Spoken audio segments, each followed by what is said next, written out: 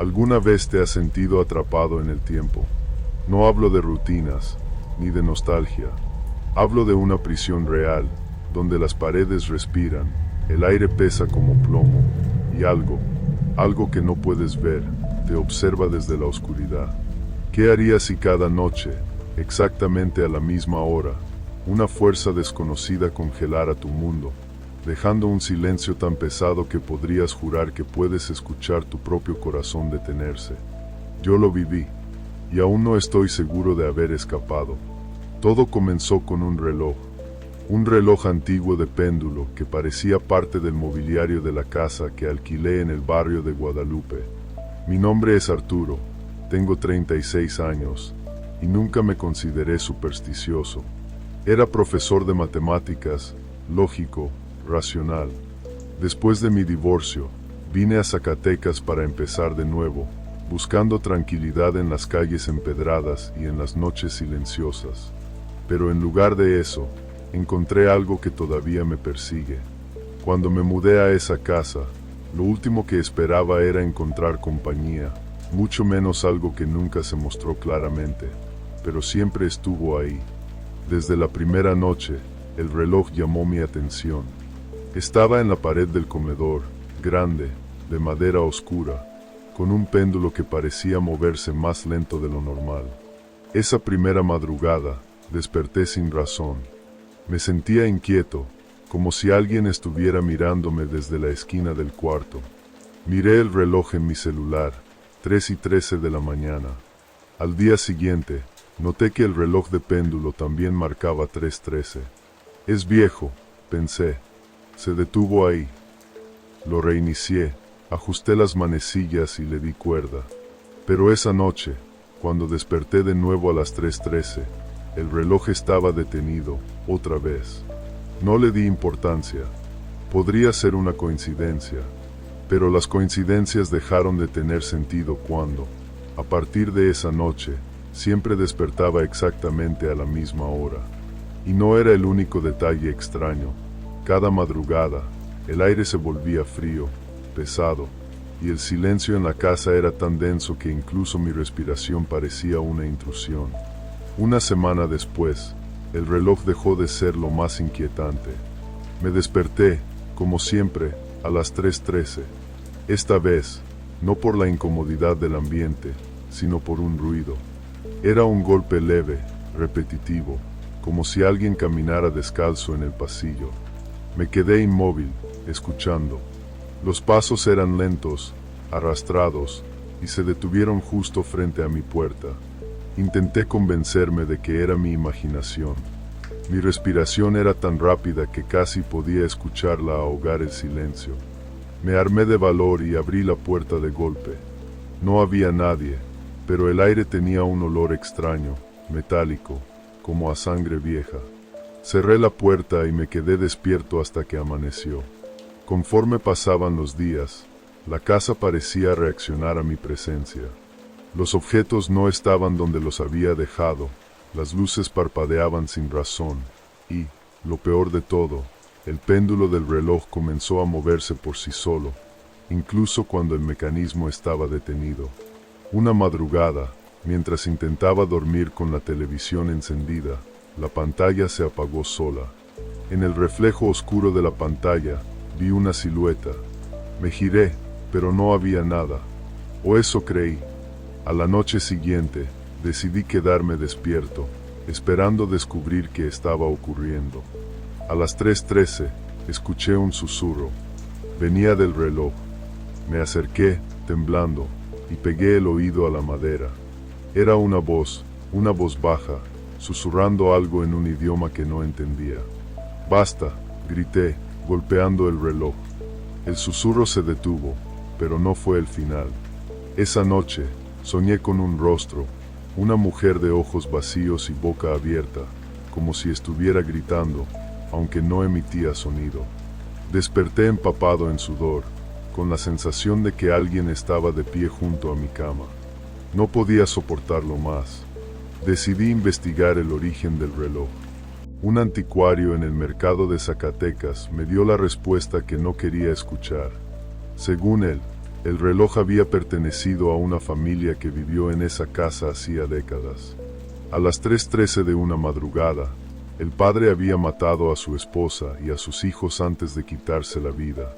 Desde entonces, el reloj siempre se detenía a esa hora, como un recordatorio de lo ocurrido. «Quémalo», me dijo el anticuario. Pero cuando intenté deshacerme de él, el reloj regresó. Lo encontré colgado en la pared al día siguiente, con una grieta en el cristal, como si me estuviera advirtiendo. Esa última noche fue la peor.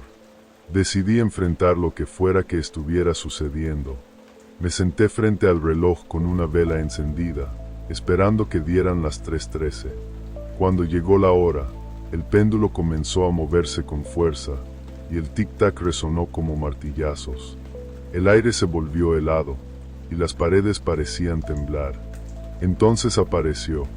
La mujer de mi sueño estaba frente a mí, su rostro deformado por una mueca de dolor. Intenté levantarme, pero no podía moverme.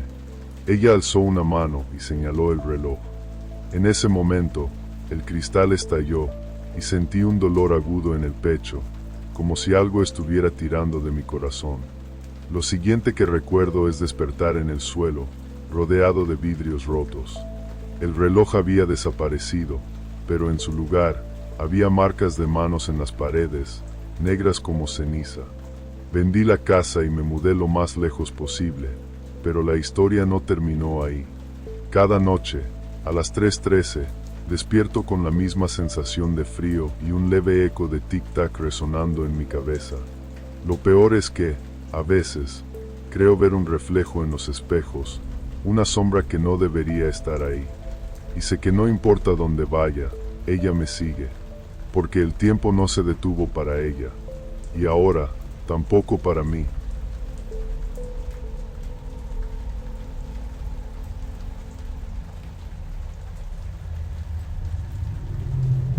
La estación estaba vacía, pero yo no estaba sola. Lo supe en el instante en que crucé el umbral de lo que quedaba de sus puertas oxidadas. A veces el silencio grita, y esa noche gritaba mi nombre. Lo que vi allí no pertenece a este mundo, pero lo que realmente me aterra es esto. Aún no sé si lo que me encontré quería advertirme o arrastrarme con él. Siempre he sentido una atracción irracional por los lugares abandonados. Mi nombre es Elena, tengo 28 años y soy periodista. Mi trabajo es buscar historias, esas que nadie quiere contar, y exponerlas al mundo.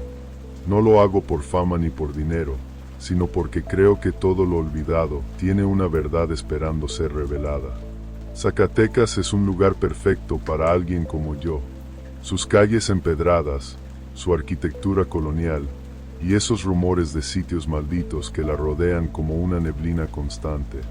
Uno de esos rumores me llevó a la estación de tren de la Condesa, un lugar que, según las leyendas locales, guarda más que recuerdos. Dicen que quienes entran allí después del atardecer, rara vez salen sin una marca. Yo pensaba que era un mito, hasta que lo vi con mis propios ojos. Llegué justo antes de las 9 de la noche. La estación estaba en ruinas, cubierta de grafitis y con ventanales rotos que parecían cuencas vacías observándome. Cada paso que daba resonaba en un eco que no parecía morir, como si las paredes lo absorbieran lentamente. El aire tenía un olor peculiar, una mezcla de óxido, humedad y algo más, algo rancio, como carne en descomposición. La sensación era opresiva. Todo parecía detenido, como si el tiempo mismo se hubiera congelado. Sacudí la cabeza, tratando de ignorar ese pensamiento irracional. Saqué mi cámara y comencé a fotografiar los restos del lugar. Cada clic del obturador rompía el silencio, pero al mismo tiempo parecía invitar algo a despertar. Entonces lo vi. Era un niño. Estaba sentado en uno de los bancos, con la cabeza baja y las manos jugando con un pequeño tren de madera. Su ropa estaba sucia, y su cabello parecía pegado al cráneo por el sudor. Lo miré, esperando que levantara la cabeza, pero no lo hizo. ¿Estás bien?, pregunté, mi voz sonando extrañamente fuerte en ese lugar vacío. No respondió. Me acerqué unos pasos, sintiendo que algo estaba fuera de lugar. Entonces noté su juguete. No era un tren moderno, sino uno antiguo, hecho de madera, con la pintura desgastada. Me detuve. Había algo en el aire, un frío repentino que me erizó la piel. Cuando finalmente levantó la cabeza, su rostro me dejó paralizada. Sus ojos no eran normales. Eran oscuros, tan oscuros que no reflejaban la luz, como pozos sin fondo. Su boca se movió, pero no dijo nada. Solo señaló con un dedo hacia los rieles. Giré la cabeza hacia donde señalaba, y lo vi. Un tren se acercaba lentamente. No era un tren moderno, parecía un vestigio de otra época, con vagones metálicos cubiertos de hollín y ventanas opacas. Pero lo más aterrador era que no hacía ruido. Ningún traqueteo, ningún silbido, nada. Parpadeé, confundida. Cuando volví a mirar al niño, ya no estaba. Caminé hacia los rieles, tratando de entender lo que acababa de ver. El tren no estaba allí, ni había señales de que hubiera pasado. Pero el aire estaba más frío, y el olor metálico era más fuerte. Sentí un nudo en el estómago.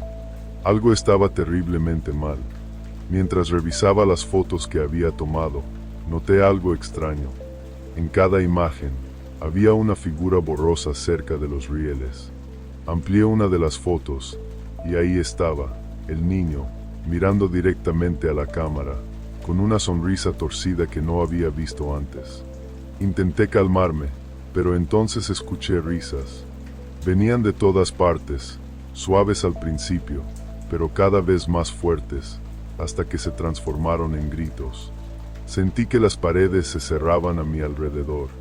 «Basta», grité, pero las voces no pararon. De repente, el aire se llenó de un silbido agudo, y vi luces a lo lejos. El tren estaba de vuelta.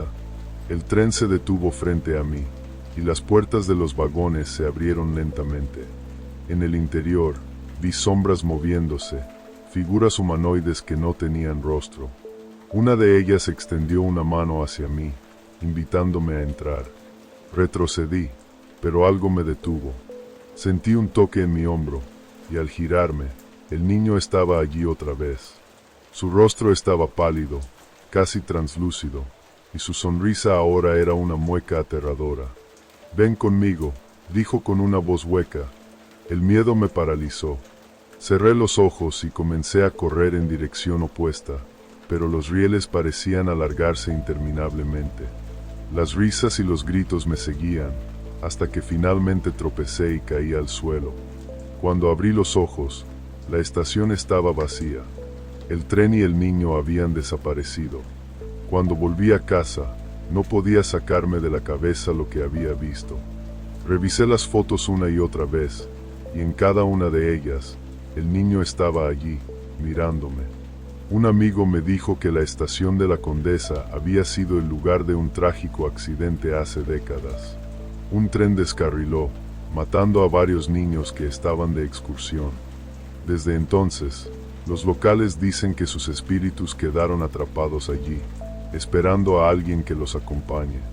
A veces, en las noches silenciosas, aún escucho el silbato de un tren en la distancia.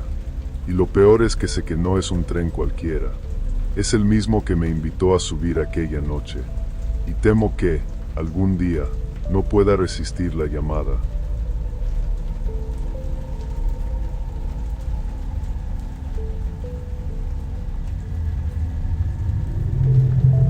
Algunas cosas parecen inofensivas. Un simple objeto, un adorno más. Pero, ¿qué pasa cuando un espejo deja de reflejar el mundo que conoces? ¿Qué harías si ese reflejo no solo mostrara otra realidad, sino algo que no debería existir? Déjame advertirte algo, no todos los espejos son seguros. Yo aprendí eso de la peor manera. Esta es la historia de cómo un espejo transformó mi vida en un infierno. Y lo peor, aún no sé si estoy del lado correcto. Mi nombre es Luis. Tengo 42 años y llevo más de una década vendiendo en el mercado de artesanías de Zacatecas. Es un lugar encantador, lleno de historia y de gente que aprecia el arte y los objetos únicos. A lo largo de los años, he visto muchas cosas extrañas, pero nada, absolutamente nada, me había preparado para lo que estaba a punto de enfrentar. Todo comenzó con un cliente. Era un hombre mayor, vestido con un traje que parecía sacado de otro tiempo. Su rostro estaba marcado por arrugas profundas, y sus ojos tenían una mirada que me incomodó desde el primer momento. Llegó al mercado una tarde, cargando un espejo envuelto en un paño oscuro. «Quiero intercambiar esto por algo de valor», dijo con una voz que parecía un susurro arrastrado. Me mostró el espejo, un marco de madera negra, tallado con figuras que no pude identificar, y un vidrio tan limpio que parecía nuevo. Aunque algo en mí me decía que no lo aceptara, la curiosidad me ganó. «Está bien», respondí, dándole un par de figuras de plata como pago. Cuando el hombre se fue, me sentí extraño. No me dio las gracias ni miró hacia atrás. Solo desapareció entre las sombras del mercado, dejando un vacío en el ambiente que no pude explicar. Decidí llevar el espejo a mi casa. Pensé que podría venderlo más caro si lo limpiaba y lo presentaba como una pieza especial.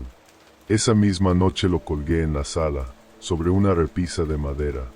Era un objeto hermoso, pero había algo en el que no me dejaba en paz. Cuando lo miraba, tenía la sensación de que el reflejo tardaba un segundo más en moverse, como si estuviera fuera de sincronía conmigo. Al principio pensé que era mi imaginación, pero pronto las cosas se volvieron más evidentes. Una madrugada, mientras pasaba frente al espejo para ir al baño, noté algo que me heló la sangre. Mi reflejo no estaba haciendo lo mismo que yo. Mientras yo caminaba hacia la derecha, mi reflejo se quedó quieto, mirándome. Me quedé paralizado, incapaz de apartar la vista. Finalmente, reuní valor y miré hacia otro lado, corriendo de regreso a mi habitación.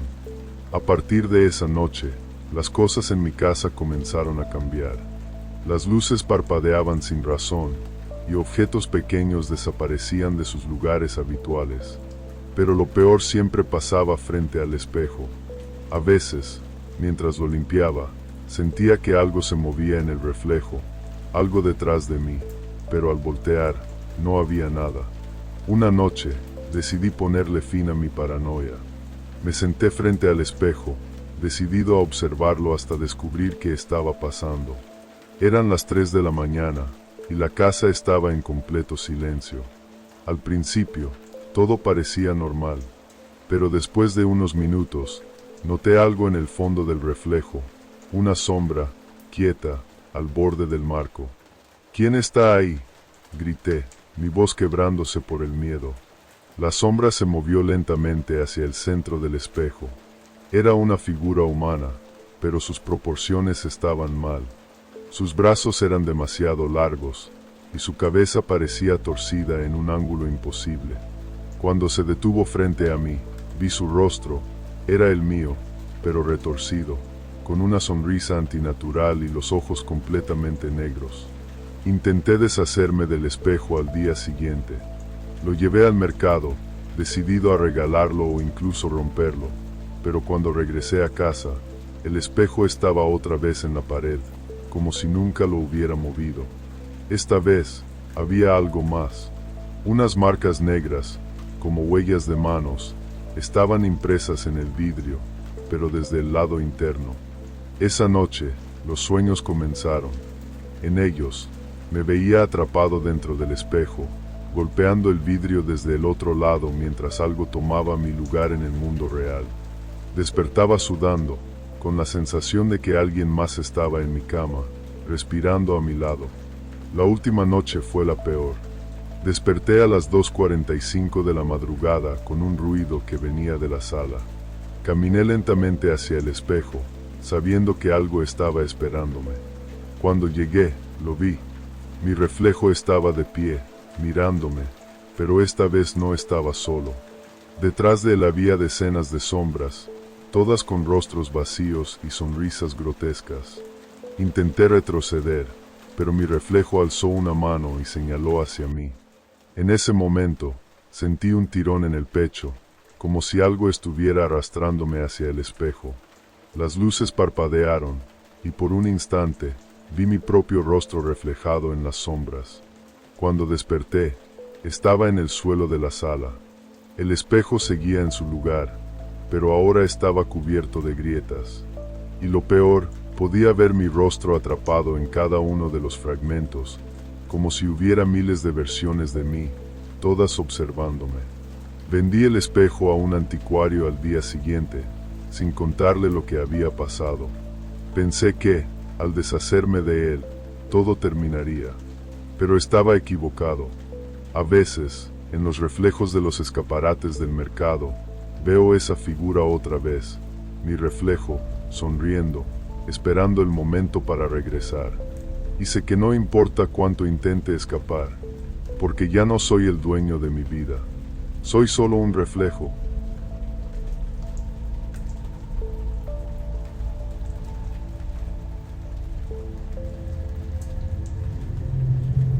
No hay sonido más perturbador que el llanto de un niño en un lugar donde sabes que no debería haber nadie. Es un llanto que te envuelve, te paraliza y despierta un instinto primitivo de proteger o de huir. Yo lo escuché en una cueva olvidada en Betagrande, Zacatecas, mientras buscaba respuestas sobre el pasado. Pero lo que encontré no eran solo vestigios de historia. Era algo más antiguo, algo que nunca debía haber perturbado. Y ahora, cada vez que cierro los ojos, sigo escuchándolo. Desde que era niña, siempre sentí una conexión con los secretos del pasado. Mi nombre es Carolina, tengo 24 años y estudio arqueología en Zacatecas. Mi pasión por desenterrar lo olvidado viene de mi abuelo, quien me contaba historias de los pueblos y las minas de la región.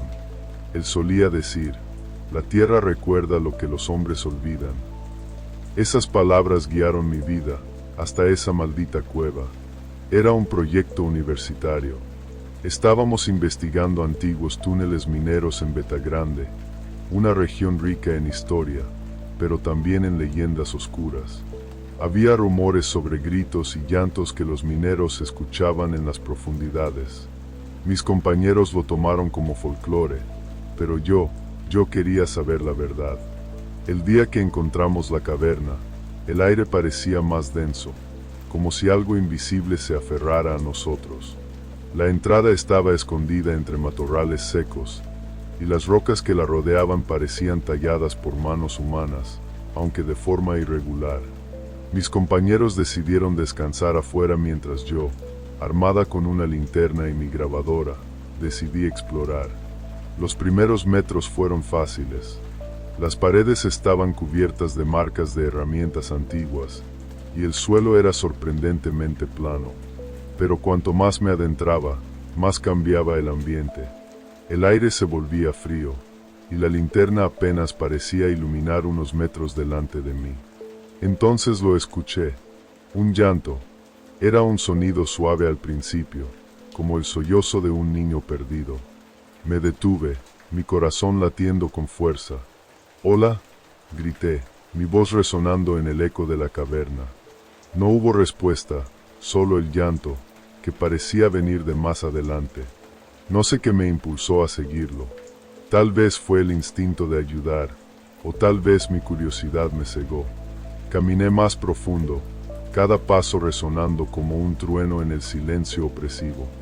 El llanto se hizo más fuerte, más desesperado, pero nunca se detuvo. La cueva comenzó a cambiar. Las paredes se estrechaban, y el suelo se volvió resbaladizo, cubierto de una sustancia pegajosa que no podía identificar.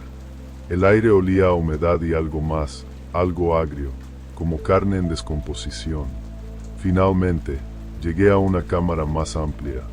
En el centro, había un pequeño charco de agua cristalina, y el sonido parecía provenir de ahí. Me acerqué, inclinándome para mirar. El llanto se detuvo, y entonces, algo emergió del agua. Era una mano, pequeña, pálida, cubierta de lodo. Mi cuerpo se paralizó mientras una figura comenzaba a levantarse. Era un niño, pero no como esperaba. Su piel estaba grisácea, sus ojos vacíos, y su boca estaba abierta en un grito silencioso. Retrocedí, tropezando con una roca, pero no podía apartar la vista. El niño me miró, y su expresión cambió. Su boca se cerró lentamente, transformándose en una sonrisa torcida. «No debiste venir», dijo con una voz que no pertenecía a un niño. Corrí como nunca en mi vida, pero la cueva parecía alargarse. Las paredes se estrechaban, y el eco de mis pasos era sustituido por risas infantiles que venían de todas partes. Sentía algo detrás de mí, algo que no podía ver, pero cuya presencia era tan real como mi propio miedo. Finalmente, vi la luz de la entrada. Mis compañeros estaban allí, esperándome con caras de confusión. «¿Qué pasó? ¿Por qué tardaste tanto?», preguntaron.